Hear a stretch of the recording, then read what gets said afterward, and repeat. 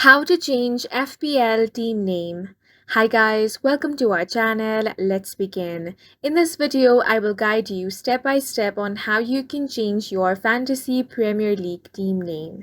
If you're looking for the option to change your FPL team name on the Premier League app itself, then you will find no such option. That is because you have to open Fantasy Premier League on a web browser. So go ahead and open up any web browser you want. Here I have opened Google Chrome. Now you want to head over to fantasypremierleague.com and then sign into your account as well. Once you have been signed in, tap on the points section. Here you want to scroll all the way down, and over here you have the option of admin.